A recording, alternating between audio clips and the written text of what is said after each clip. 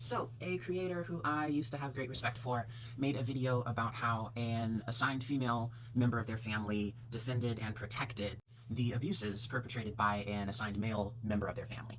The distinction that they made was that assigned female people hold some responsibility for protection of assigned male people when they commit acts of abuse. And as you guys know, my point is always that we should track down abusers, that we should recognize abuse as a whole, rather than what we often do, which is recognize gender and then gauge whether or not we are going to react strongly based on the perception of the situation. The defender in this situation had every understanding that their gender would be taken as gospel when they said that this abuser was not an abuser.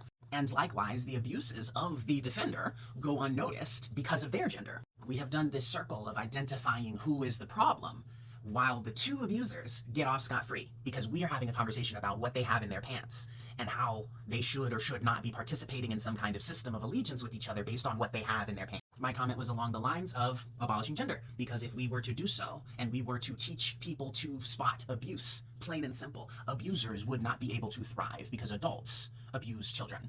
Their response was to call my comment a rant and say that because assigned male people are the vast majority of perpetrators of abuse, that everything I was saying doesn't make any sense at all. I don't need to respect this person. They don't need to respect me. I am simply pointing out to you guys that the suggestion that abuse should be seen, identified, and tackled as a whole, as a concept, is often fought against if the speaker decides to flatten the playing field and address the actual issue. But if I was to say that one side or the other is responsible for something, we can have that conversation all day. But the conversation about actually solving the problem, that's just a rant. And you're mad at me for having the stance that we shouldn't be able to get away with abusing kids at all, because we should be paying attention to everybody.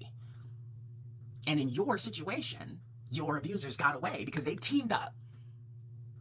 And when two female abusers team up, when two male abusers team up, they teamed up and they got away with something. And you would like me to not speak on the fact that that is what your story expresses, because it is more important that we reinforce this idea that abuse comes from a certain organ, and therefore all these people, we're not going to look at them. And when these people defend those people, we're going to agree with these people. That does not make sense.